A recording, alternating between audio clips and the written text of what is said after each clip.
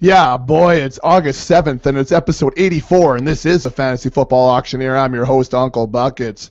The Fantasy Football Auctioneer is the official podcast of the fantasyfootballauction.com, the internet's only website dedicated to fantasy football auctions. You can find us on Facebook at facebook.com/fantasy football auctioneer, or follow us on Twitter and Instagram. We are at Fantasy Auction. We've got a great show for you tonight. Tonight we're going through the running back position. We're going to take a look at rankings and tiers and drafting strategies. But of course, our experts, they're always here. He has adrenaline running through his veins, not only from the 49ers' first preseason game, but from the struggles, the trials and tribulations that is Dynasty League drafting. Slim, how are you doing tonight? I'm doing good. You're right. I'm more frustrated about the dynasty trades, than anything else. Yeah, it's part of the thing, or part of being in a league is dealing with owners that think Maurice Jones-Drew is equal to Shane Vereen straight up. So straight up. And as a Shane Vereen owner, so you could maybe feel some of my frustration that's what I'm being offered for him right now. It should be known PPR. Anyways, I was told to check the projections because I told the guy maybe he should, I go online. I said there's lots of rankings out there. Just take a look. He said, don't worry, I've checked the rankings. You should check the projections.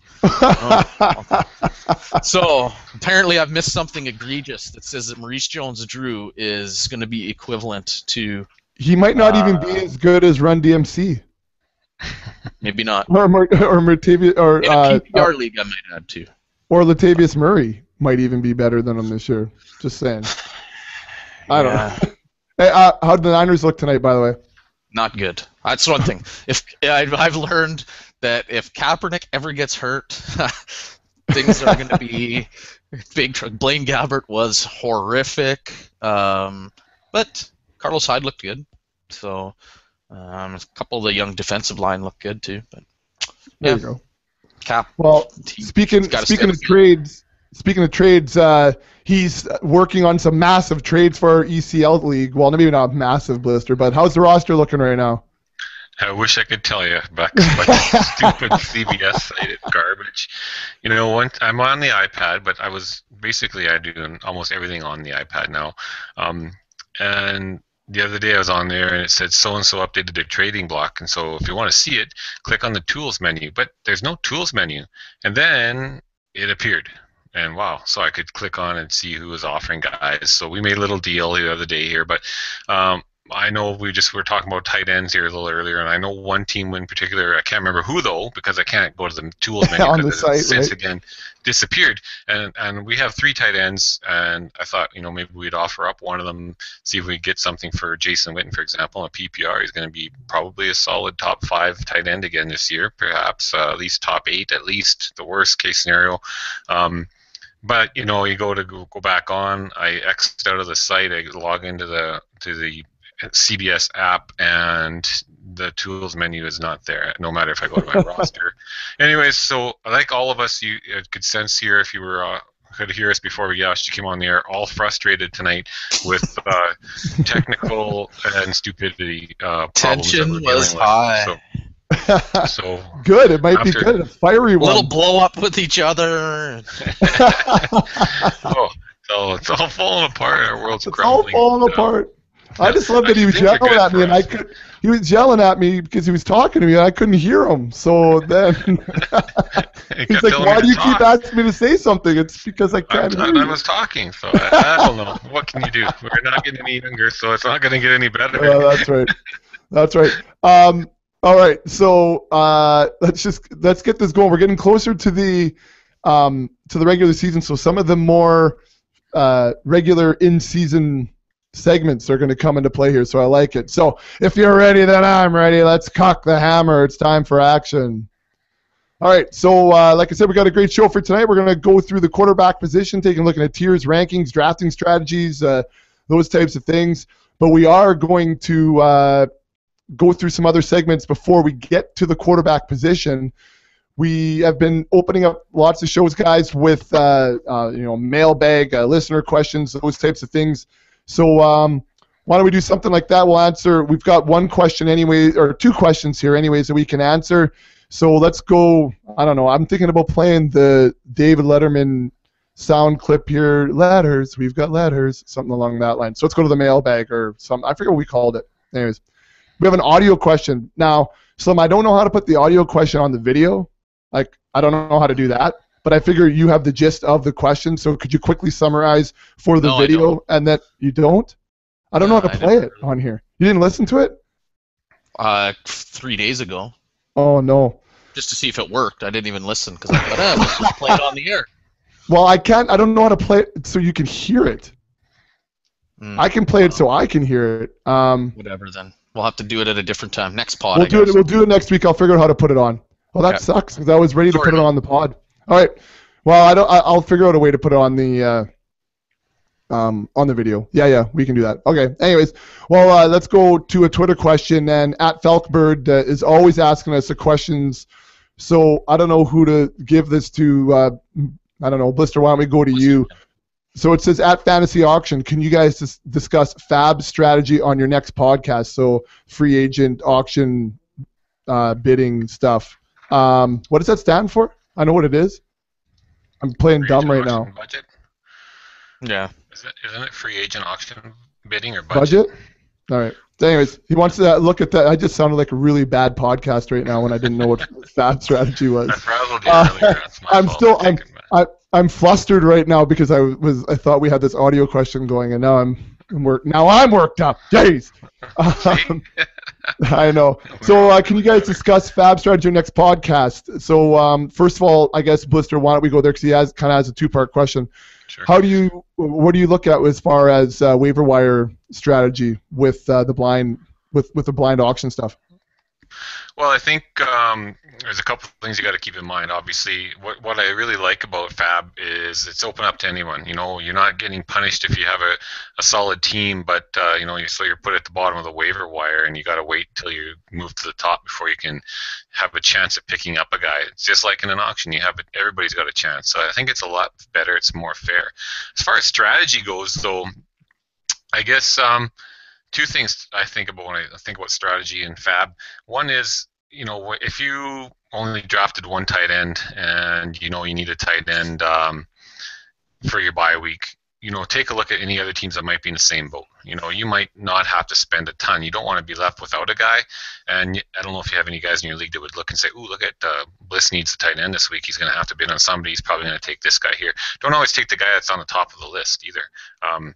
Because sometimes they might not have a matchup, and you might only intend to have that guy for the 1 week just to fill in your bye week. So one thing you need to do is take a look, though, who needs what, obviously, and put in a bid accordingly. If you're going to be fighting with the guy for that last tight end or something, or the tight end for the bye week, then you make a bid. You're going to ensure you get him. Also, the other thing is don't save your money. If you have say $1,000, pretty standard FAB budget. If you have $1,000 and all of a sudden a number one running back comes up because of maybe an injury to somebody, don't lowball them and think you're going to get him for $25. That number one running back is potentially a guy that could produce double-digit fantasy points for you every week and help you towards the championship. Throw a lot of money out there at him. Throw $400, throw $600 at him, $700, whatever it takes. You want that guy in your team. So don't hold back when it comes to a guy that is going to be a guy that's going to get the ball, going to get touches. It's a little different if it's you're just putting some bench depth or something out there that if you get the guy, great, and if you don't, it's no big deal. Then you don't have to bid a lot of money. But if you want the guy, it's going to make your team better. Don't save your money because there might not be another opportunity for the rest of the year. It could be week 4 you need to get a guy. It could be week 6, week 8, week 1. Especially with running backs, don't save your money. Those guys are guaranteed touches. Well, so good. That's good. So look at other people's rosters. Don't always pick the top guy on the list because other people may be looking that way. And don't be afraid to spend your money. Slim, anything else you want to add to that as far as FAB strategy? No, I agree. And when Blister, when he's talking about spending, my mind instantly went to 2 years ago, Alfred Morris in our big auction league. Oh yeah, right. He was out there, had a big week, and then somebody in our league bought him for half of his budget. We had $1,000 budget. He spent $500 on him, and at the time, it was like, holy man.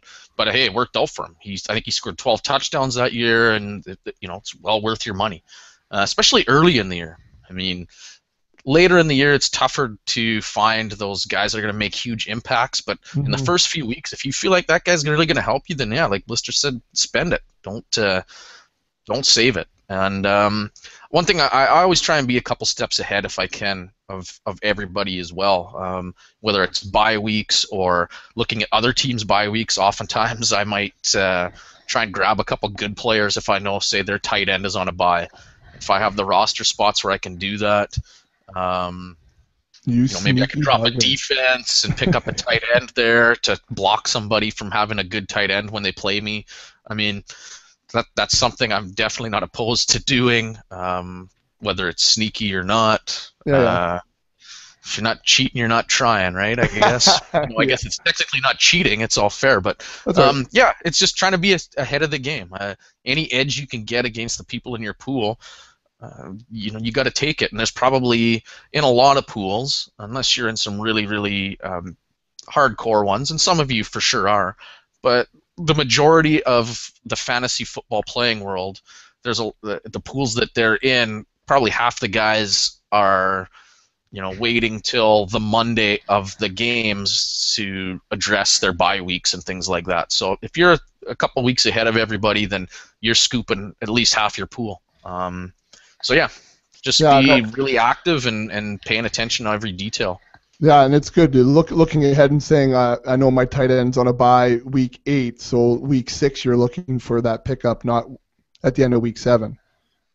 Sure, and then fantasy playoffs too. If you're a streamer, hey, look at the matchups for 13, 14, and 15, or 16. Whatever your playoffs are, whether it's Andy defenses, Dalton tight for ends. week 16, pick him up and play him. Yeah, just streaming QBs. Start looking. I'll start doing that. In week 4.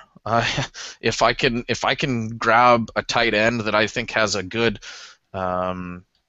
say, a playoff schedule, then I'll go and get him now for nothing, for $1 or something, and just hang on to him if you have a deep enough roster until the fantasy playoffs. Because let's face it, I always look at it that I'm making the playoffs. I mean, that's what you're playing for, is to make it. So if I don't, all right, I didn't, big deal. But if you're in, then hey, you're set up. And you've probably saved yourself a lot of money along the way. So Falkbird, there you go. It's don't be afraid to spend your cash. Monitor other people's rosters. Being ahead of the game and doing some work a week or two in advance at least, so that you're ahead of things. So those are all some great fab strategies. Second part of the question, Blister, I'll come back to you. Assuming that Josh Gordon is only suspended for 8 games. For inhaling secondhand smoke, give him a fantasy value. That's a tough one. I would still, what I would spend and what might happen, I guess it could change and everything. I don't know. I would think that 8 games out of Josh Gordon, I would still probably spend $10 or $12 on him. I look at him as a guy that in your last 8 games of the season, it's a guy that could help you get into the playoffs, and a guy that once you are in the playoffs, you sure would like to have that guy on your team. So if you have it goes to how deep your bench is as well. That's what I was just going to comment on. Good. If you don't have a lot of spots, then you can't really waste it. Like I've seen a lot of guys had a lot of questions recently that we've been answering that only have 4 bench spots. Well, there's no way you can afford to have Josh Gordon on your bench for that. Of course, when he gets maybe a week or 2 before he comes out, not comes out. No, that's a whole different. That's a whole different podcast. But a week or 2 perhaps before the suspension is up, perhaps then you throw a bid in on him, and if you only have to carry him on your bench for a couple weeks. But I think 8 games out of him is pretty valuable. Again, it goes down to the kind of league you're in, like a head-to-head matchup. Yeah, I think he's got some value, but I traded him away in a league that's just total points. So every week you put your lineup in, and it's total points, and that's how the rankings go, and that's how you finish at the end of the year. There's not a playoff or anything. And in a league like that, I don't think he's going to help you a whole lot, because you're going to lose out on, if you have him on your team for 8 of those games, these 8 games he's not producing for you. So in a league like that, it's easier for me to get rid of him. But I don't know. I think if you got a deep enough bench, I'm thinking 8 spots maybe or more. If he's dropped $10, $12 on him, he could be a diamond in the rough for you week 9. I think that's a big part of it is the size of your bench, because you can't go spend $15 on them like you say, Blister. You got a 4-man bench. What are you going to do? How are you going to have any depth, right? And you're going to be holding that spot all the time. You're trying to work the waiver wire. I can't drop Josh Gordon. I can't drop Josh Gordon. So yeah, I think that's going to be a big thing. You got 10 spots. Yeah, you can always stash those kind of quote unquote late round flyers, right? For sure. All right. Good stuff. So that's a Twitter question. We are at Fantasy Auction. You can email us. We are footballauctioneer@gmail.com. You can comment on the website, thefantasyfootballauction.com. There's lots of ways you can get a hold of us. And we're actually going to be working on trying to add some more audio stuff too. Maybe you could leave us a voice message that we can post or not post on the video. We'll see how that goes. Anyways, guys, let's move into some fantasy football news, because the preseason has started, so there are some things to talk about. So let's go into segment 2 here, fantasy football, buy or sell. All right, so like I said, there's a lot of news items right now, and what you see in a lot of the headlines is the fact that, quote unquote, may not play in the first preseason game. And these are names, slim, such as Andre Johnson, Arian Foster, Cam Newton, Deshaun Jackson, Eric Ebron, Jason Witten, DeMarco Murray, Tom Brady, Jordan Cameron, Toby Gayhart, and so on. So, Slim, I'm going to ask you the question, buy or sell? You're not really worried about any of these guys not playing week 1 of the preseason. I'm buying that. Most of these guys are playing one series, so who cares, right? I mean, if they're not playing in week 3, right, then I'm a little more worried. But I mean, is Tom Brady really? They're just saying, hey, he's going to probably get 3 to 6 snaps. Is it really worth it for him to go out there and risk getting injured for those 6 snaps? No, who cares? Let Ryan Mallett go out there and maybe he can up his trade value or something. But yeah, no, I'm not worried at all. These guys they'll be out there week 1. All right, and that's really what I thought the answer would be. So instead of going through all those headlines, are you worried about Jason Witten not playing? Yeah, exactly. Yeah. All right, so Blister, let's move on to you. This is someone maybe we might be a little bit worried about. The headline is Marshawn Lynch needs a lot of work to get back. So Pete Carroll said that the running back Marshawn Lynch, who missed the first part of training camp for a contract holdout, needs a lot of work to return to form, but he is coming along. So obviously he's not scheduled to play in the preseason opener. Blister, are you buying or selling that this worries you if you're a Lynch owner? I'll sell that. I'm not worried about Lynch. I think what they have to do is a couple things. I mean, Lynch was trying to hold out. He was already a well-paid running back, and I don't think Seattle was going to budge. And Lynch is a guy who's hard to figure out. And, 1 minute he's talking about retirement. You never know with him. He could just up and walk away. And I think Seattle, I mean, they weren't willing to do much more than what – he's in a good spot already, right? They have 2 good running backs behind him, Kristen Michael and Robert Turbin. So if they didn't come back or if he wanted to hold out, I don't think it would have hurt their team at all. But I think now that he's back and he is a little bit late, I think that, it's probably more of a mind game than factual in my mind. Like, they want him to get out there and start busting his butt and be ready. Don't just, kind of stroll in, hey, I'm here, and give me my Skittles and I'll be just fine. I think they want him to get there and work, and they're not gonna keep rolling out the red carpet. It's time to get dirty. So I'm not too worried about it. I really think, I was scared about Lynch. Mentioned it a few times, and a lot of people are, but I think kind of what seems to potentially be happening here is, I think this could be his last year in Seattle. So I think they potentially could run the crap out of him this year, work him hard, which is awesome for a fantasy owner for this year. And then, once it's time to move him, they don't want to move him with too much tread on the tires because you never know where he'll end up. But I think that it could be a great sign for fantasy owners to get him in there. He's got almost a month now to get himself game ready, and I think that's plenty of time. All right. Slim, going to you. Martellus Bennett not ruled out for the preseason opener.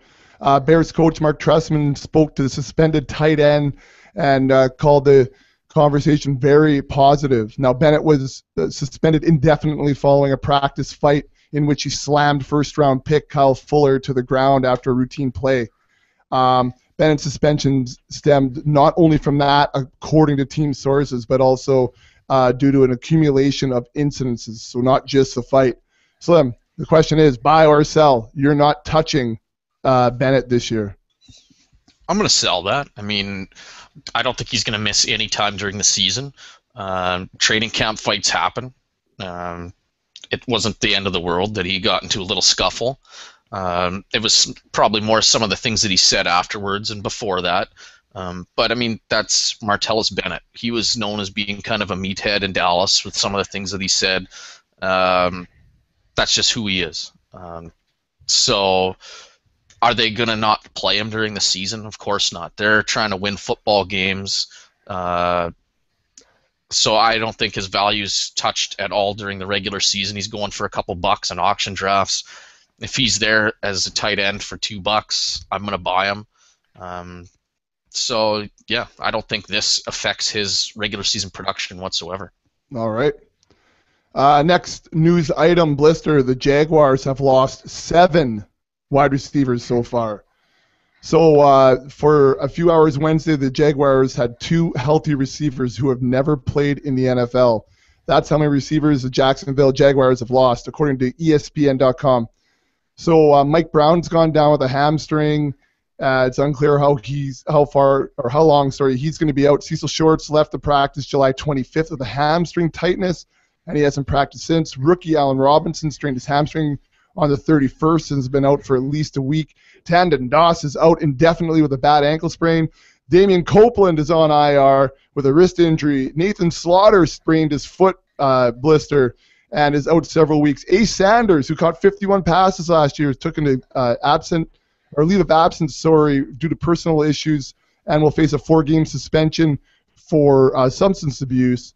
So, Blister, I don't know what's going on over there, but are you buying or selling that there is just nothing good about Jacksonville this year except for Toby Gerhart?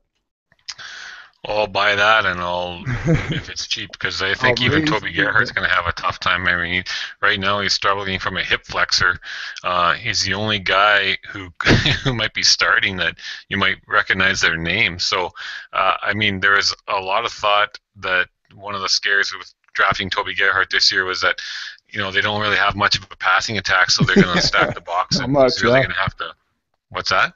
No, I just said not much of a passing attack. Slim and I are trying out tomorrow. And now it's even worse. So, it's scary for Toby Gerhart owners because I don't know what he's going to be able to do if he's the only guy that you have to key in on. It's a pretty sad situation for that Jacksonville offense, and it looks pretty grim right now. Well, speaking of grim, a sad story in the NFL, Slim. David Wilson retiring at the age of 23. This neck surgery and I guess the ongoing symptoms and sensory and motor stuff that's been going on. This doctor's suggested that he walk away from the game, and so I guess walking away is what he's going to do. So that's an unfortunate part for not only David Wilson but also for the Giants. The question for you, though, Slim, as far as fantasy football auctions go, are you buying or selling Andre Williams can be an RB2 this year? No, I buy that. I do buy that, yeah. He is a vulture. I mean, when we did our draft kit, we first released it and we did our team breakdowns. He was the guy for the Giants that I picked as a breakout. I know that he's not going to be utilized much in the passing game, but you know what? He can still be an RB2 without it. I think he can approach 10 touchdowns this year, maybe even more, because I think he's got the goal line back job pretty much locked up. We saw it in the preseason game, in the Hall of Fame game. He got a goal line carry, which was always nice to see. So if he gets 10 touchdowns, I don't know, he's probably only got to rush for something like 700 yards-ish to be in the RB2 category.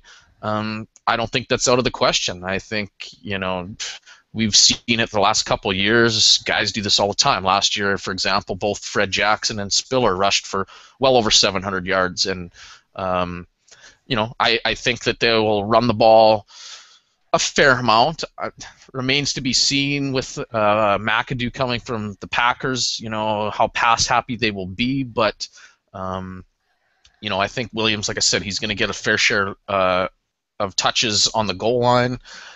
And, if he can just contribute in the rushing game a little bit, I don't think it's too far to ask for him to be an RB2. I mean, that's probably his ceiling, but, Right. I mean, even if he's an RB3, that's great. Yeah. Dynasty and a rookie and an RB3 your first year. Yeah, I mean, yeah, for sure. I mean, it doesn't really matter what format. I don't care if you're in a PPR league. He's still valuable as a flex option, perhaps, or for sure as an RB3. Maybe a little less, so you might use him more as bye week in a PPR. But I mean, in a non-PPR league, yeah, on any given week, I think for sure he can. All he's got to do is get the end zone, and if guys like Mike Tolbert are being played in fantasy leagues and things like that, then to me, Andre Williams is just as good or better of an option than those guys. So yes, I think he can be an RB2 this year. All right. Well, there's some news, guys. Oh, sorry, go ahead, Blister. Well, just a question. Over under. We've gotten into your roller backs. That's okay. Do it. 11 receptions for Andre Williams. Under. Under. I'll take the under. Over or under 2 colds. Sorry. Anyway, sorry. Yeah. So, but I mean, even in PPR, hey Slim. I mean, if you're going to get double-digit touchdowns, I just always have a trouble like plugging that guy in when, again, we talk about being touchdown dependent, right? Well, I mean, early in the season, it's going to be tough. I mean, as it goes on, we should get to a better feel of how he gets used. But I mean, right now he's their RB2, and he's one play away from being the starting every down almost back, right? So, I mean, yeah, his value's gone through the roof, I think, and just think I've tried I think 6 different trades and they've all been rejected. And it's not like I went Andre Williams for Jimmy Graham. I don't know. I threw in some picks. You're gonna have to let guys come to you, I think. Yeah. Well, I did have one guy come to me. After a couple more preseason games, then I had a certain Bears fan come to me, but we couldn't reach an agreement, and then it got back into why don't we just do Alshon Jeffrey and Des Bryant straight up? Let's go. I'm a Cowboys fan. Yeah, you're a Bears I fan. heard about that. I said to and him, he said he didn't want to be that guy, and I said YOLO. I kind of said you've got Cutler, Bennett, and Marshall. Why would you put Jeffrey in a dynasty? So you talked him out of it. Thanks. I had him. I didn't know. It was already done. He was talking to me today, actually, about it. Oh, okay. I sounded like it was over with. Yeah. He said he didn't want to be that guy. And like I said, my answer was YOLO. But I had to. Oh. It's really, that was the one time you could actually use it, right? 12? Yeah, well, yeah. I played. No, you can't ever use it. I tell kids that. That's the worst thing. I know. Anyways, he didn't even give me nothing. Didn't even give me drop an F-bomb back at me for dropping a YOLO. I was expecting something big and nasty coming back from him, but anyways. I didn't know what to say. He doesn't expect a grown man to use that term. A true story. All right, guys. So there's some news items. I'm sure that I missed some, and there's going to be a lot more coming up. So we'll get back to that regular feature of buy or sell like we started last week.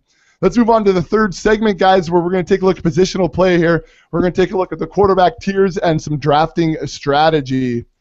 So what we're going to do during this segment is go through some, I guess, the boys and what their quarterback rankings are, take a look at the comparisons between their 2 rankings. Maybe we'll do a little defend your ranking and a little bit of name game type stuff. So let's go through Blister first. Let's take a look at your, I guess, top 12, because that's really the major area to talk about. I think we can speak to some of the later round or the later picks there, the value picks. But let's take a look at your top 12. So you have Aaron Rodgers, Peyton Manning. I think that's universally pretty accepted. Now, Blister, you said you were going to move Stafford and Breeze here from what you have listed? I have Breeze 3rd, Andrew Luck 4th, Stafford 5th, Matt Ryan 6th, Griffin 7, Tom Brady 8, Nick Foles 9, Tony Romo 10, Russell Wilson 11, and Cam 12. That's my top 12. Okay, so a little different from what I've pulled out of the archives, but that's okay. That's all right. Maybe a So little different. Blister, when you're looking at your QB rankings, what are, I guess, some of the things that you're looking at that puts, Tom Brady ahead of somebody or drops Nick Foles below somebody else? Well, I mean, I like to look at obviously what they did last year and what situation they were in. Do they have the same amount of weapons? Is their offensive line better, worse, the same? Just different things, different systems that are coming into play, and just there's so many really good quarterbacks that you could start in fantasy right now. And I think after the top three, I mean, it's pretty standard that Rodgers, Manning, and Breezy are top three, and people can debate which order they should be in. But after that, I mean, you probably have 10 or 12 guys that all could finish in number 4. You could intermingle all these different people, and everyone's going to have a great argument as to why this person should be here and why this person shouldn't. And I just think that, we look at a lot of these passing attacks here. I really think Andrew Luck continues to get better all the time. He's going to have 3, hopefully, if they're all healthy, pretty darn good targets there. The run game scares me a little bit. They might have to throw it a little bit more because of the run game. That's why I got him in 4. I mean, he continues to get better. Last year, what did he finish? Finished 7th last year. So it's not a huge stretch for him to get up to 4th. I think if you look at the top, say, 12 from last year, I think guys like Andy Dalton, who was in 3rd last year, is going to regress. I think Cam Newton is going to regress, and a lot of people will argue that he didn't have much of an offense to play with in other years, but he still managed always to be number 4, number 5. Right. I just think that he's due to really fall off the charts a bit this year. I do think his receiving core is pretty crap.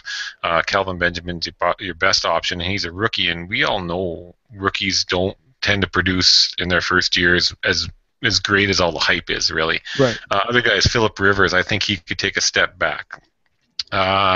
Big Ben, he finished number 8 last year. Russell Wilson was 10. Ryan Tannehill was 11th last year. Cap was 12th. So, I mean, there's guys that I think should move up. Brady had a pretty bad year last year, but look, he had no Gronk.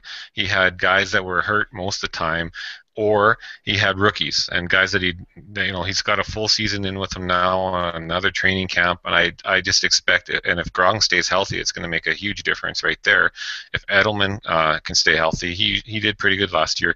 Amendola, though, is another one. Dobson, who's got a screw in his foot, which is a little worrisome, but he's got plenty of guys there, and Vereen can catch the ball in the backfield. This James White potentially can play either role of Ridley's or Vereen. So, I mean, there's a lot of guys. I look at all these different things when I consider them for my rankings and kind of what they've done in the past. I mean, I'm not going to take a guy that was consistently 20th and all of a sudden he's got a better coach and he drafted a couple of kids and he's going to, all of a sudden, I think he's going to be a top 10 suddenly. I got Eli Manning right now in 20th. I don't know what he's going to do this year, but I don't see him jumping into the top 10. There's a lot of guys, like I said, between 4 and 12, 4 and 14 that could, you're probably splitting hairs in some situations. Yeah, no, I agree. That's good. So let's just quickly go through your top 12. Aaron Rodgers at 1, Peyton Manning 2, Drew Brees 3, Matt Stafford 4, Andrew Luck 5, Nick Foles at 6, Tony Romo makes a climb to number 7, Tom Brady at 8, Matt Ryan 9, Jay Cutler at 10, Cam Newton at 11, and RG3 at 12. Talk to us about your top 12 and some of the ideas that you put into your rankings. Well, just like Blister, you look at player movement. So, who are the receivers that are now on the team that the quarterback has to throw to? Schemes. So, is there coaching changes? How effective was the scheme that they ran last year? You're trying to find information on changes that they're going to make. What are the philosophies going to be maybe for the offense? Things like that. Obviously there's some injury stuff you have to consider. So, I mean, you try and weigh all those things together and come up with, an outlook of how they're going to produce. So, I don't think there's tons to it, quite frankly. I mean, and it should be changing a lot. Like, I look at my list, I actually changed it was it last week? I'm due for a change because I'm going to drop Andrew Luck down a few spots, and I think somebody like Matt Ryan might climb a couple, things like that, just off the top of my head, and we can get into that later if we want to. Yeah, for sure. So if listeners are interested in our player rankings, they can head on over to the website, thefantasyfootballauction.com/player-rankings, or just click on the player rankings banner on the top or the button on the home page. You can do it that way too. On the website, we have updated all the time our player rankings. You can click on the little tab along the bottom to get all the different positional rankings. All three of us have our rankings up there, and we have a consensus ranking or average along the side. So this isn't the same as the auction values that we have. This is just straight up positional player rankings. We don't have the values here. The values are slotted over on the other site or on the other page under auction values. So I just wanted to fire that out there. So let's go through a little. Let's play a little defend your rankings, guys. Just because I was going through it and I saw there's 4 or 5 guys that have noticeable differences between the two of you. So let's go a little defend my rankings. We'll start with Tony Romo because he was the first one I had on the list, not because I'm a Cowboys fan. Blister, you have Tony Romo at 10. So a low-end QB1. Defend your ranking.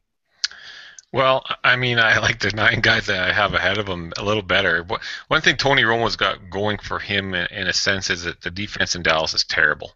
So they're probably going to have to throw the ball a ton. I think one of the things that I got to let go of, but I have a hard time, is about, I don't know if it was 3 years ago maybe, and Tony Romo was my starting quarterback, probably in Slim's big auction. Yeah. And every time I was disappointed. Every time he had the perfect when matchup. you needed a big game out of him, just like the Cowboys. Yeah, he's got a perfect matchup this week. This defense is terrible. They can't defend the pass. Secondary's awful. And he'd go out there and throw up like single-digit fantasy points. And I'd be like, how the hell has this happened? Like some nobody that played them last week lit him up for 30 fantasy points, and then Tony Romo, who has got everything all lining up for him. So that's my biggest thing. I just, yes, they might have to air it out a lot this year. I just don't know that he can consistently do that week in and week out and be better than a top 10. I think I have more faith in Brady. I have more faith in Ryan. Nick Foles I have a question mark a bit about, but then Luck, Stafford, Breeze, and Manning, Rodgers I all think can do that. And that's the big thing for me. Romo, he scares me a little bit. So that's why I got him there at 10. At 10. All right. Blister Slim going to you. You have Tony Romo up at 7, so a mid-range QB1. Defend your rankings. Well, for many of the reasons that Blister mentioned when he was defending his, I think it's volume, and that's what it comes down to. The defense is going to be bad, and I think he finishes as a top 5 quarterback in terms of passes attempted. So just based on that, I mean, the guy in his career has averaged, I don't have the math right in front of me, but just looking at his completion percentage, it's somewhere around 65% for his career. I like that. If he's going to throw the ball 620, 640 times this year, then he should be racking up quite a bit of yardage. And this isn't taking away anything from DeMarco Murray, but I mean, if they're playing from behind all the time, they're going to have to, throw the ball, obviously, to come back. That means passing touchdowns as well. So, I just think it's going to be the perfect storm for fantasy-wise for him to be, approach top 5 quarterback this year. So you just talked about passing attempts. Last year in 2013, he had 535 pass attempts. And that finished 14th in the league. So I think you're right with that horrific defense. That's definitely going to jump. And it doesn't take a whole lot to go up even 100 pass attempts, really. If you look over 16 games, if he averages 40 a game, he's over 600. Right. And he plays every game. I mean, the one thing that he has going for him right now that I'm a little leery of, and I'll maybe drop him if it lingers, is this back injury. I think he's a little more injured than the Cowboys are letting on. But we'll see, I guess, as the season approaches, just how, like I said, if he's not playing in week 3 still of preseason, then maybe you got to start dropping him down your rankings a little bit. But right now, I'm going to leave him where he is. I think it's not at the end of the world when he doesn't play in week 1, and we'll see what happens from there. So, and a couple of things. So, 2011 he finished 9th. 2012 he finished 7th, and last year he finished 13th. So, I mean, he hovers around that 10 average, right? 7th was his highest, I believe, that he ever finished, and 9th. I mean, those are both respectable. So that's right in between where Slim and I have him right now. Slim's got him at 7, and I got him at 10. But last year, I mean, the defense was crap last year too, and I don't know when the last time it was really overpowering. But I mean, I don't know if he's regressing or not. 9, 7, 13 is kind of like a yo-yo. Maybe he does bounce back into the top 10 this year. We'll see. Right. Yeah, well, and I think that probably that, 11, 12 is probably his floor, right? And probably, hey, Slim, like 6 or 7 is probably the ceiling too, right? Yeah, I mean, I look there, like, to me, he can easily finish ahead of Andrew Luck.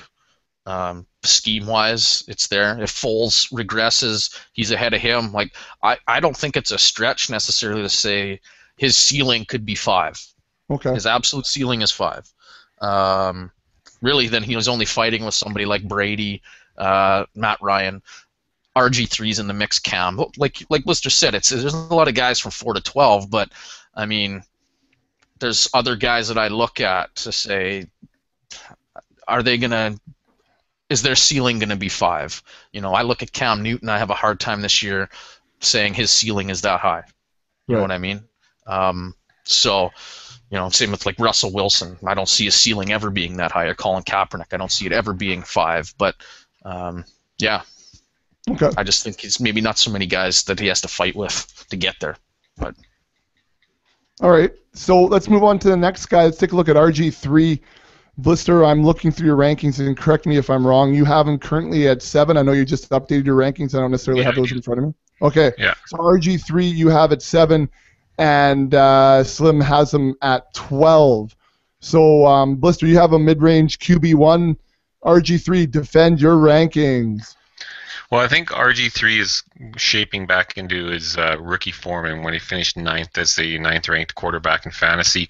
Jay Gruden's there now, and Jay Gruden helped Andy Dalton become the 3rd-ranked fantasy quarterback last year. So all indications right now are RG3's looking good. He's got his full health back to him. He's got, Jordan Reed, his tight end, can stay concussion-free. Pierre Garçon, Deshaun Jackson.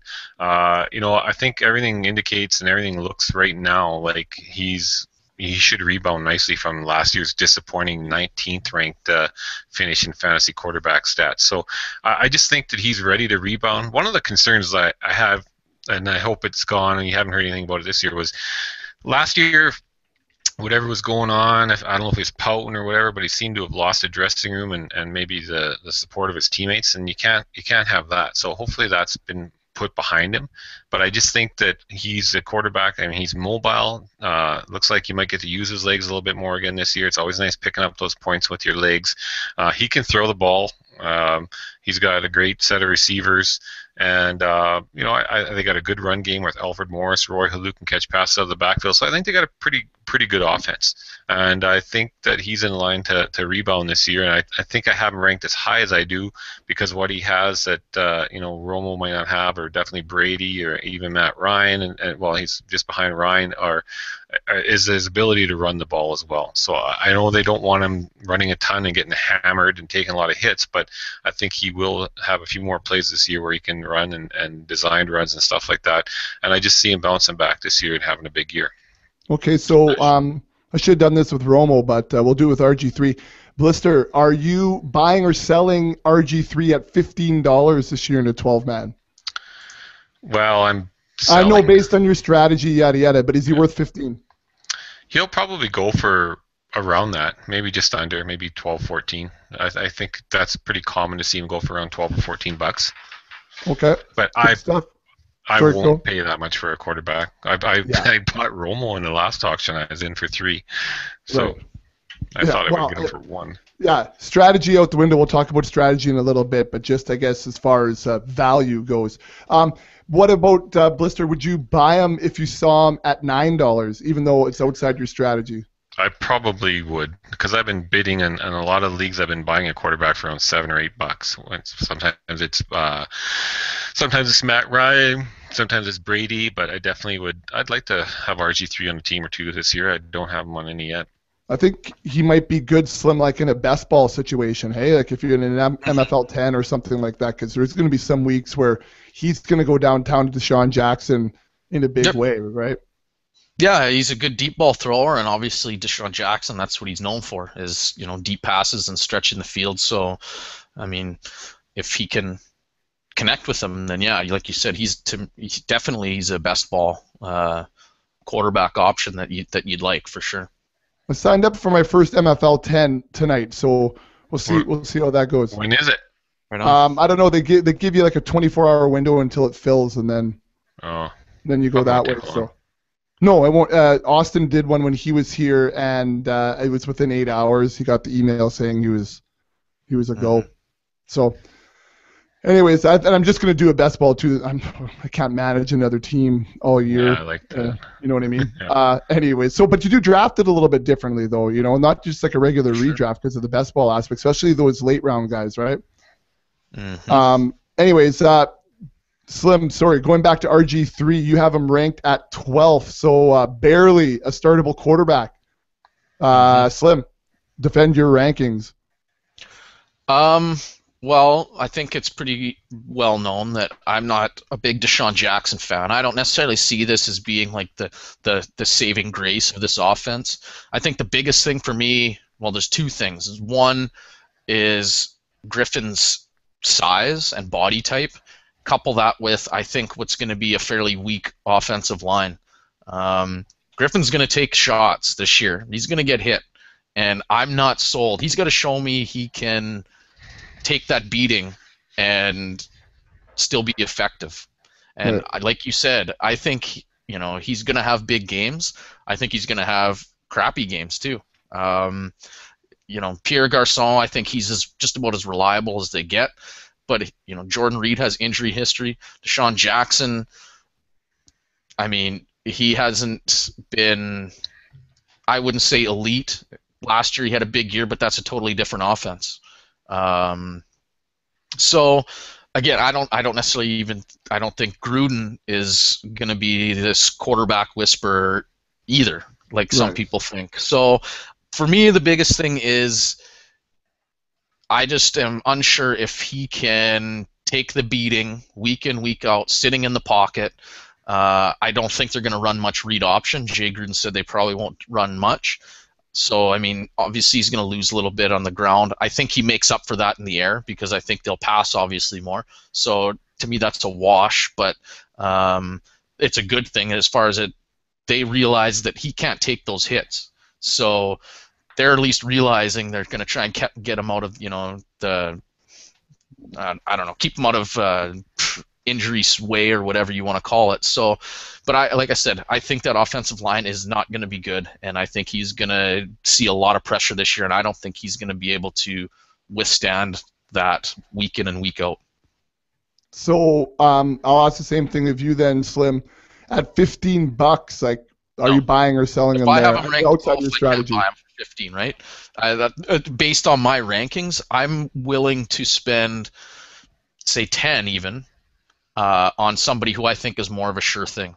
You know what I mean? Okay. Like, I just think if I could get, say, Matt Ryan then for half of that, there's just less risk there for me. I'm willing to let somebody else spend that money and maybe risk the injury or whatever you want to call it, and that's just my opinion on him. Okay. So if you see RG3 at $5, are you? Yes. Are you up sure. by I'll buy just about any top 14 quarterback for $5.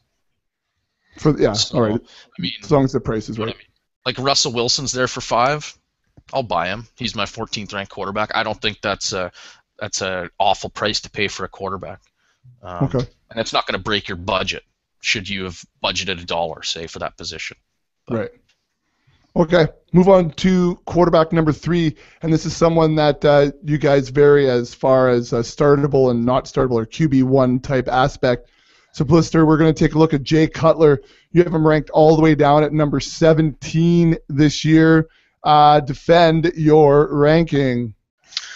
Well, this is going to make the Bears fans sad. Sorry, Goosh. Sorry, Kiwi. But we do seem like you talk about Jay Cutler a lot. And actually, I had plenty of time to listen to lots of pods when I was out on the tractor, and a lot of people Making have that the same tractor argument. sexy. We're not the only ones that have a wide discrepancy in Jay Cutler. And I think for me, the biggest thing is I've never seen him do a top 10 type finish. 2013 last year, you played 11 games only, finished 24th. The year before, 15 games, finished 21st. The year before that, 10 games, finished 26th. 2010, he played 15 games, finished 14th.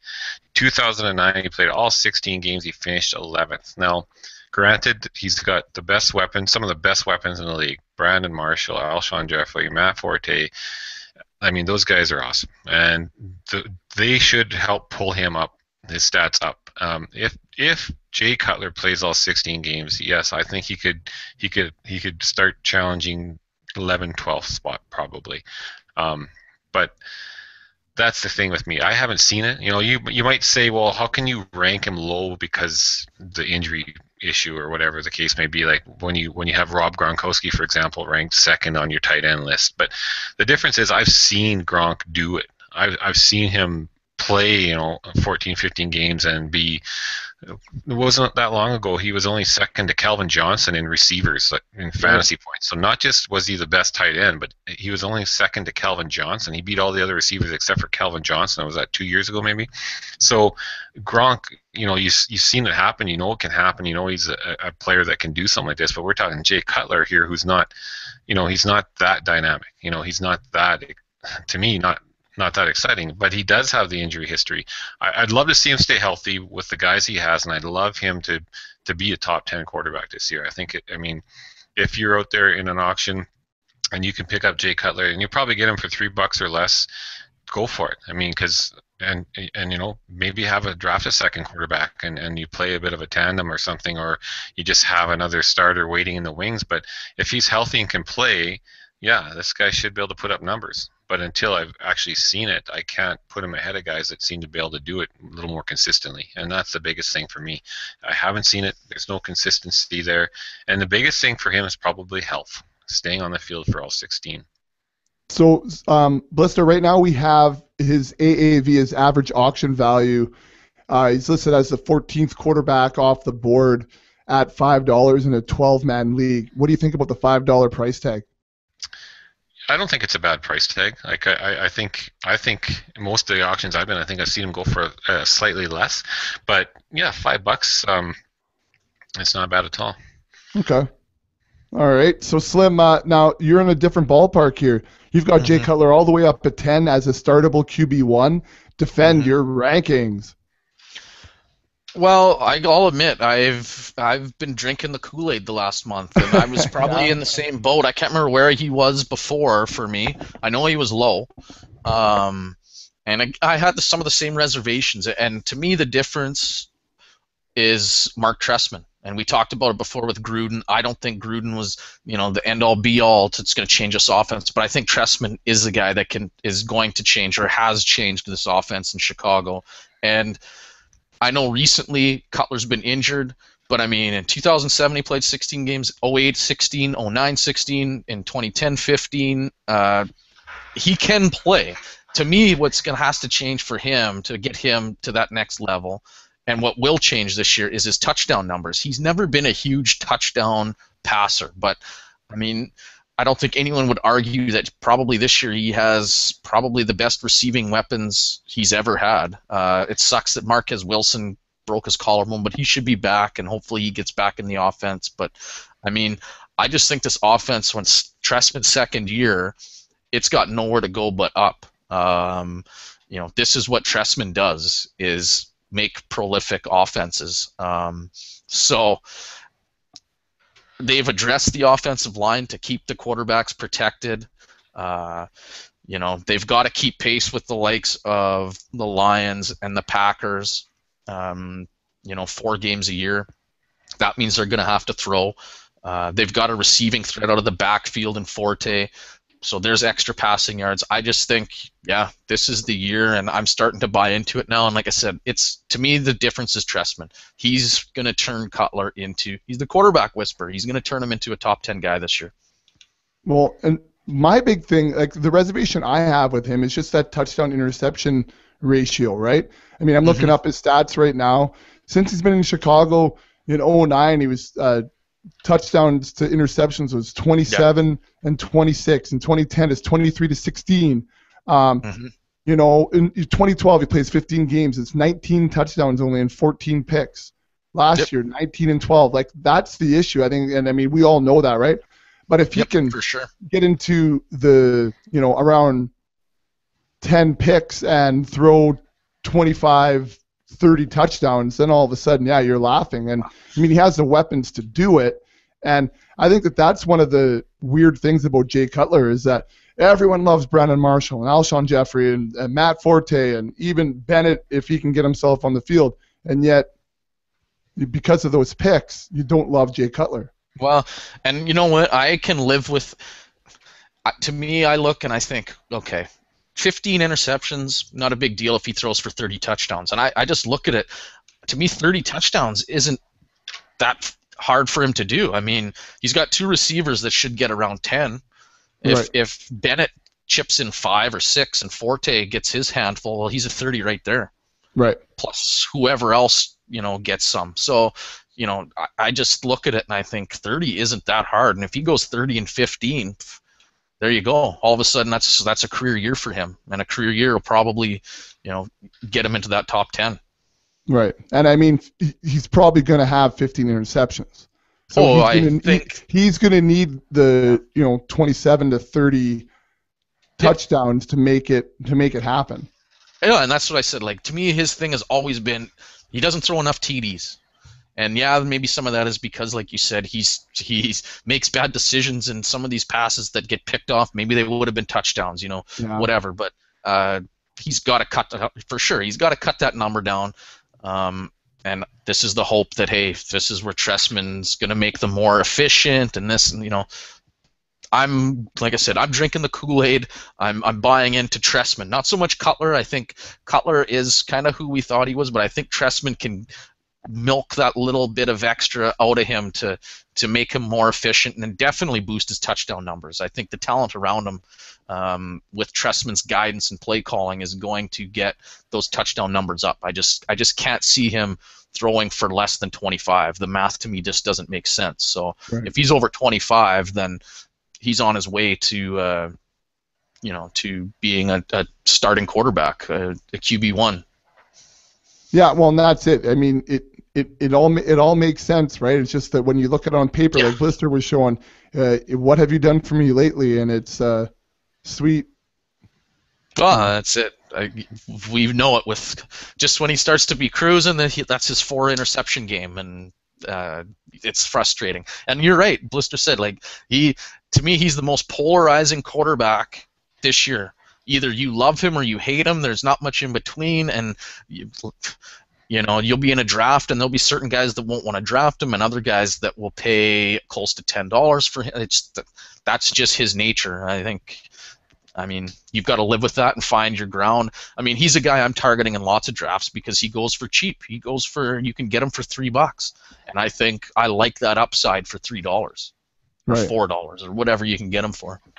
Right. Okay. And then you're not married to him either, like we've talked about before. No.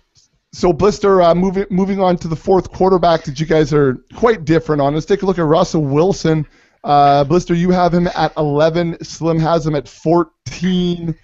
Again, we've talked about this kind of splitting hairs here now, but you have him as a startable quarterback and Slim does not. So Blister, defend your rankings.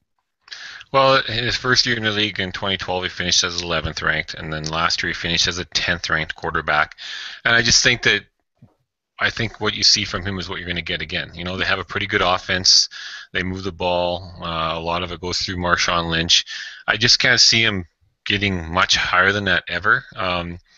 and probably for some of the same reasons as Slim doesn't. But the word in camp is, well, maybe they're going to let him loose this year.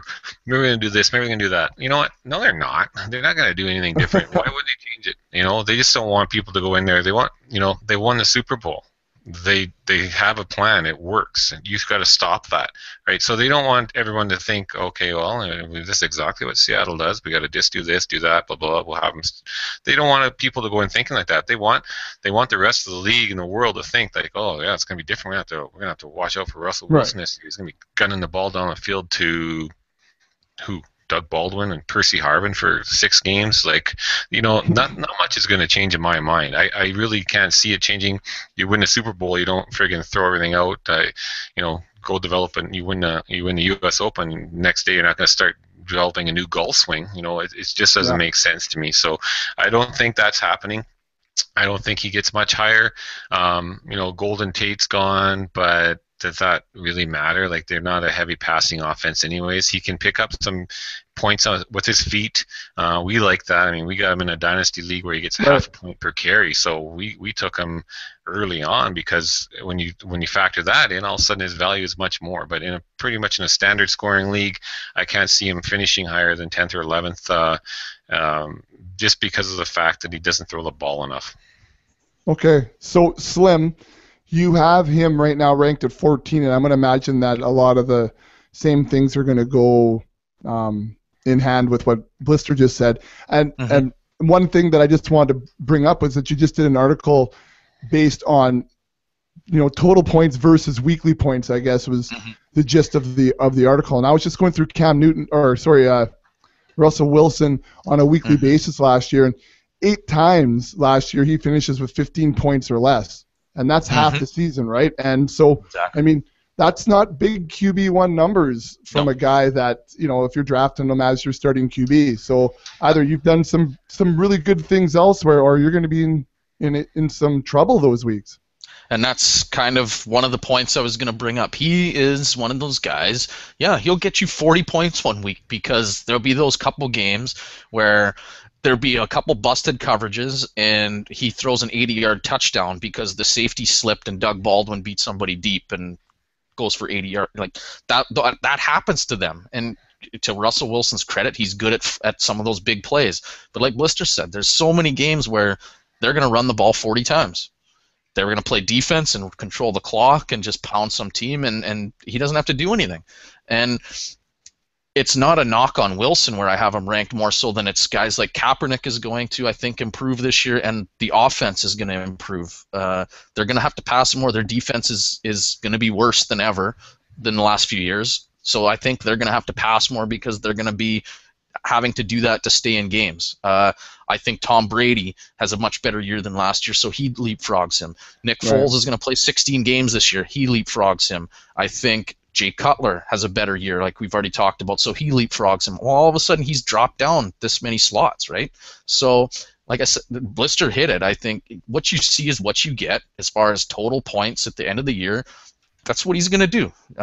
He's not asked to carry the offense. He's, kind of the game manager, as much as some people hate that. But it works. He said it. Like, they play defense. They run the ball effectively, and it's a winning formula for them. So they're not going to change it. They don't have to.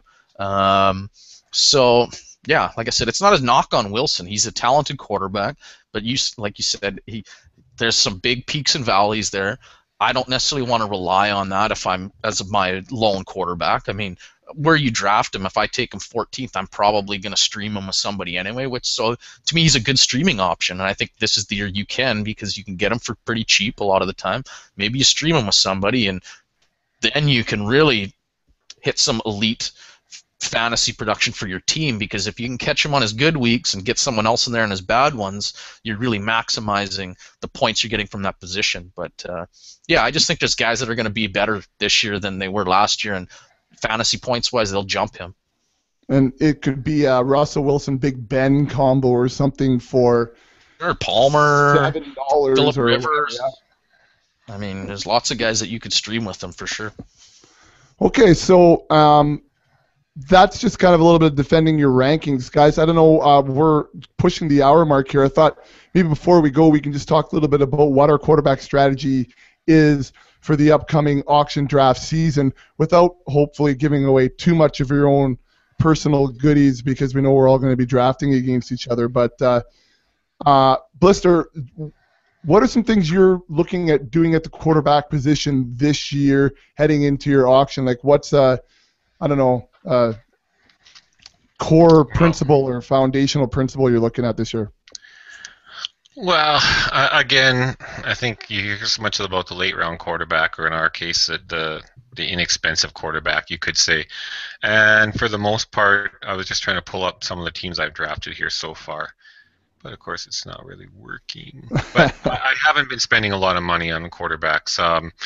I was in our listener league, or our fan league number 3 on. Oh yeah, that's right. I forgot about that. We could have spoke to that. Yeah, on last Monday, and I think my quarterbacks, I ended up taking Romo for $3, and I think I even grabbed Big Ben for another $3. So, you know, I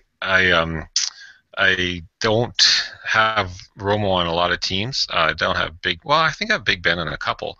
But okay, here we go. Came up here. So.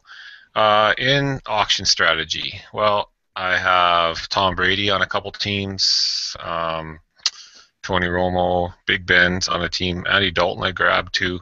I have Josh McCown on a few teams this year already, in between auction and Snake, that we had a couple of like celebrity ones that we were in there. Yeah. But you know, I don't know Josh McCown. I mean, I don't want to let him go just yet. I think you know, he's got a chance to play. He's got some big receivers there, and he's not really highly ranked. I mean, if you want to grab a guy for $1, he's there, or you might just want to watch the waiver wire for your bye week and see if he's still out there. But I just don't think you need to spend a ton of money on your quarterback. I don't think you need to have, you know, having one of the top 3 guys is great, but at the same time, I don't think, you know, you have to have them on your team to win. I think you can take your money and invest it in running backs or wide receivers or somewhere else, and definitely I think it's money better spent that way. So, Blister, just because I forgot to mention at the top of the show, we should have talked about it then. Talk a little bit about the Listener League, the third installment of it, if you would. Well, it was a tough league. I felt like I had a couple guys that are probably going to listen to this pod, and like Slim really mentioned it when he did his listener league, that it was very obvious the guys were using some of the information we're putting out there, and it made it a little tougher to draft. Guys were going way more expensive. It seemed like if I nominated, this happened right to the very end, by the way. Yeah. From the first guy I nominated or started to bid on until like a guy I should have been picking up for $1 at the end of the auction, I got bid up on like for every one of them, and it got to a point where I had to overpay for mediocre players. Like not necessarily mediocre, but like guys like. It was in one sense it was similar to Slim's auction in which guys that, you know, it didn't go Jamal Charles, LaShawn McCoy, Adrian Peterson, Matt Forte. Like your top running backs weren't going. There was guys coming out of the second and third tiers that were getting thrown out there. So it made it interesting because it looked like there were some really good buys at the beginning, and I think some people were holding back their money, waiting to spend it on the big names coming out later. So I think in this situation, guys might have got some good deals by doing that strategy. And for me, like this is my team: Tony Romo and Ben Roethlisberger at quarterback. I got Monty Ball, and I think he cost me. Well, I don't have it in front of me quite a bit. Toby Gerhart, Bishop Sankey again, Kyrie Robinson, Jeremy Hill, Jordan Todman. And I got Todman because Gerhart might be beat to a pulp by week 4 if they can't pass the ball. Antonio Brown was my number 1 receiver, and he was $42. Then Wes Welker was my number 2 at 21. Marcus Colston, I think, for 14. DeAndre Hopkins, Kenny Stills, Kenny Britt. And I think that's probably one of my weakest receiving cores that I have, but everything was just so expensive, and I think I overpaid for Brown and maybe even for Welker, but there was nothing left after that. So Dennis Pitta, Zach Ertz, tight ends, Prater, and the Patriots D. But it was good. There was some very interesting things. I don't know the one gentleman, I can't remember his name. I should have pulled it up here. He didn't draft. I think he spent all his money. It might have been his first taste at an auction, and he hadn't had one receiver yet. And I think I think its starting receivers might be Stevie Johnson and I don't know, about $5 worth of receivers. So I don't like his chances. It's a PPR. He does have some killer running backs. Let me see if I can pull it up here. I can't remember who it was. Of course, on this I won't be able to see the name or the auction summary. Well, don't worry about it. Move on. Okay. But it was good. It was fun, and hopefully everyone had a good time, and everyone showed up. I was a little worried about it, but they all showed up and stayed to the bitter end, except for the guy who ran out of money and couldn't do much. So I think he might have got out. Most of it was over by the time everybody left. But it was a good experience. I don't like my bench, and I don't like my receivers, but you never know. Maybe it'll work out. That's right. Waiver wire is always there, right? That's only only the first stage of winning a fantasy league is the draft. So. Well, I just wanted to say too. Have any of you guys ever left an auction draft and not felt like shit about your team? No, it happens every draft, doesn't it? You're you look back and you're like, oh my god, if I only knew this like 2 hours ago, I could have done this and this. Like, to me, it happens every draft. You go and you think, oh, I would have done this different and this different. So I mean, I don't know. You'll probably be fine, Lister. Here's what happened. What Sigmund Bloom said on it on the Couch Pod last week was they made that same comment. It's like no one ever leaves an auction draft happy because you're like, I left money on the table, or I should have picked up that guy who was cheap. You sit there, you look at the draft board, you're drinking a beer, thinking, oh my god, what the hell was I thinking taking him? Did I draft Shane Vereen and Stephen Ridley? Oh, sorry, that was. Yeah. So here's what happened. That gentleman I mentioned, Nick, if he's out there, see, he bought Peyton Manning, probably pretty expensive, and Jimmy Graham as well, probably quite pricey. And I think he paid a lot of money for Vernon Davis even. And then he has Eddie Lacy and Doug Martin, so spend some money there. But you can imagine Peyton, Eddie, Doug, Jimmy, and even Vernon. So his starting $2 receivers, his receivers are Stevie Johnson, Miles Austin, and Robert Woods. So $1. Undrafted. Other receivers are Denarius Moore and Brandon LaFell. That's all he's got. So he'll have a bit of work. I mean, he could win a few weeks there. He's got some pretty big studs, but he's going to have a bit of a gap at wide receiver. So, well, hey, that's. And then, where is it? Oh, isn't Mike from Toronto? Scriber. He bid me up on everybody. He's not allowed to listen to this pod. He's not allowed. Shut it off right now, Mike. He got a nice team though. Keenan Allen. He's got Jay Cutler as his quarterback, and he bid me on him even. I thought for sure I'm getting Jay Cutler as my quarterback, and he bid up. I don't know what he went for, $6-7. I don't know. I couldn't spend that. Le'Veon Bell, Stephen Ridley. I was bidding on them. Keenan Allen, Randall Cobb, Cordell Patterson, Rob Gronkowski, Terrence Williams. So this would have been my team if Mike wasn't in the draft. Team. This would have been my team. Yeah, Chiefs Defield. Then he had Russell Wilson, Fred Jackson, Cooper, Andre Williams, Terrence West, Doug Baldwin, Kelvin Benjamin, Jerick McKinnon. So pretty much the starting team would have been what my team looked like if Mike wouldn't if we wouldn't have changed the date. We changed the date to accommodate him, and this is what he does to me. Unbelievable. Hey, he's a loyal listener. He is. It's all right. The league's about the listener. It's not about you, Blister. I know. I just hate losing at anything. I know. I agree. So that was a little sidebar. Slim, let's get back to quarterbacks.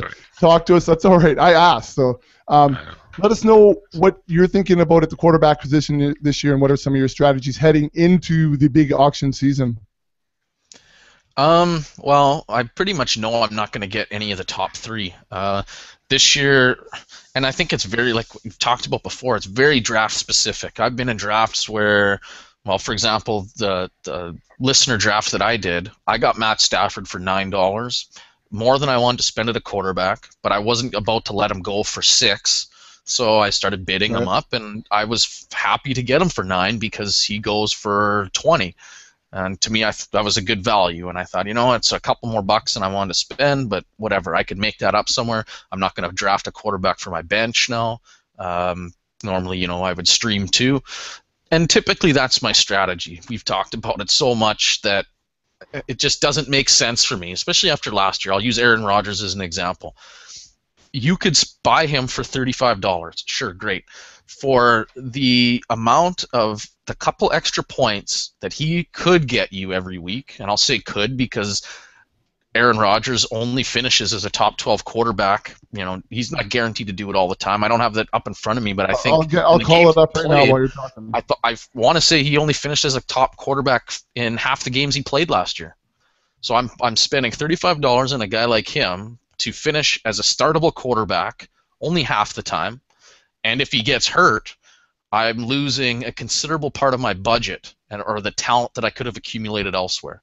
So it doesn't make any sense in my mind to buy somebody like that when I can get somebody that's going to produce on a weekly basis, and I'm not talking season long. I'm talking week by week because that's how we play fantasy football. On a week-by-week basis, I can get somebody who will produce on par with him, some weeks better, some weeks worse, but by a negligible margin, hopefully, but will allow me to accumulate all this extra talent in other places of my team. So if I'm losing a little bit at the quarterback position, but I'm gaining this much at everywhere else, it doesn't make sense for me not to do that. So I'm trying to go as cheap as I can at quarterbacks.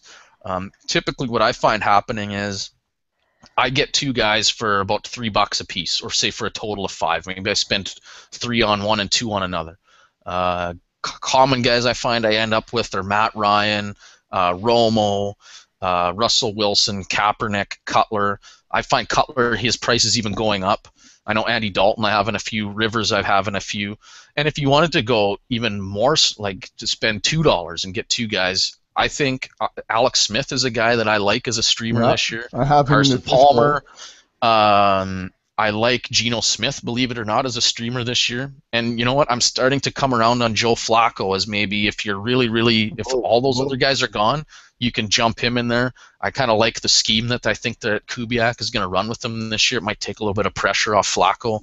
Run a little bit of more shorter stuff, more tight ends involved, less just chucking it into double coverage for huge bombs and stuff like that. I think they'll go with more efficient passing here, and I don't think he's going to be a top 12 quarterback, but I think on a week-by-week basis, if you pick your matchups, then I think he can be successful. And you could spend $2 getting any of those guys. So depends which way you want to go, how cheap you want to go. I think, me personally, I budget, say, $5 for my quarterbacks, and if I don't get those guys, then I have no problem dropping all the way down and spending $2. And I think you got to stay flexible like that. All right. Just looking at Aaron Rodgers, I have his numbers up, Slim. He played, let's call it 8 games because you can't count the injury game. So he only had 2 attempts. He, in those 8 games, 4 times scored 17 points or less. 15 for 50% of the time. He wasn't. 50%, yeah. That's terrible efficiency for a $35 player. Yeah. In my opinion. Exactly, because you obviously are weak at another position because you picked him up, and then he scored you week 3, 12 points, week 5, 15 points, week 6, 16 points. Like those 3 weeks right there, that killed you. Oh, for sure. Absolutely. For sure. Because you don't have another quarterback. You're rolling him out there every week. If you draft Rodgers, you're not I can speak from last year. I did the same thing with Kaepernick. And Kaepernick, I'll admit, he's not even close to Aaron Rodgers' production level, we'll say. Right. But I went in there thinking, I'm only going to take one. I don't need a second one. And for half the season, I rolled him out there every game, and he struggled. And he killed me. He was getting me 8 points some weeks. And it's just tough to win if you're getting that kind of production from your quarterback. So, yeah, it just doesn't make sense to do that, I don't think. Well, and I think for my strategy, I think Blister nailed it right on the head there. Where from 4 to 14, it's a real crapshoot. And yeah, you have, your rankings and whatever, but there's nothing to say that any one of those 10 guys can't be the number 6 quarterback this year. So I think just watching as the preseason unfolds and getting into seeing what some of the systems actually look like during the preseason and those rankings then kind of jumble around a little bit and you see a little bit more ceiling out of some of these guys and then maybe you target that. But like you, Slim, if it's $5, if it's $2, I mean, it's about picking the right one, and then at $2, you're not married to them, you drop them, and I mean that was me last year. What, $1 on Andy Dalton in the big auction, and then didn't play him after week 2 or week 3 because I played the waiver wire. Nick Foles shows up, and away you go. Mm-hmm. So, and you're not going to do that with Aaron Rodgers. Now, wow, you know what? I'm going to bench him because I heard Nick Foles is doing really well. Not last year, Anyways, all right. So that's quarterbacks, guys. We're like always right around that hour 10 mark, I think, if I'm reading my time properly. So next week I'm thinking we go through the running back position, or do you want to go through receivers next week? Doesn't matter to me. Okay. Whatever you want. Whatever you want. Let's do running backs next week because I think it'll give guys a little bit more time because that seems to be a pretty volatile position as far as fantasy goes, and we can really get into a lot of information about drafting strategies, guys who like, guys who don't like. There's a lot more guys to talk about. So hopefully nothing happens as far as fantasy news in the next 7 days or whenever it is we draft or we auction it, podcast again, and then we'll have lots of time to talk about running backs. Sound like a plan? Sounds good, man. All right, so let's see, Blister. I'm going to see you because maybe tomorrow I'm going to come over and pick up that trolling motor you're selling. Oh yeah. Yeah. Sure. Because we got the Pats Vikes tickets, so we're ready to roll for that. Eh? Home opener outside in Minnesota. It's a home opener too? It is so. Wicked. And Slim, I don't know. You know what? I was thinking I was going to come and meet with you because I know we're going to have to line some football fields, and I'll come and help you the first day. You heard it here live. You got proof. Perfect. I'll hold you to that. Thank you. Appreciate it. Right. No problem. And for the rest of you, and Dave says he listens to the end, so let's see if he did. And for you too, Dave, we'll see you when it's springtime in the Rockies.